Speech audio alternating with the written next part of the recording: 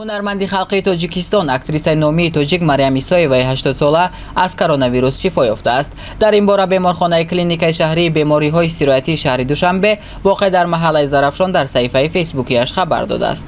19 июл собиқадори меҳнат ҳунарпешаи театр ва синамои тоҷик ҳунарпешаи халқи тоҷикистон Мариям Исоева ки бо нишонаҳои бемории коронавирус бистарӣ буд баъди табобат аз беморхона ҷавоб дода шуд, навиштааст манба. ҳунарпешаи театр ва синамои тоҷикро пас аз кӯшишу заҳмати зиёд бо як рӯҳияи баланд аз тарафи профессор Раҳмонов сартабиби беморхона ва табибону ҳамшираҳо баъди барқарор шудани саломатиаш ба хонааш ҷавоб дода шуд, афзудааст манба.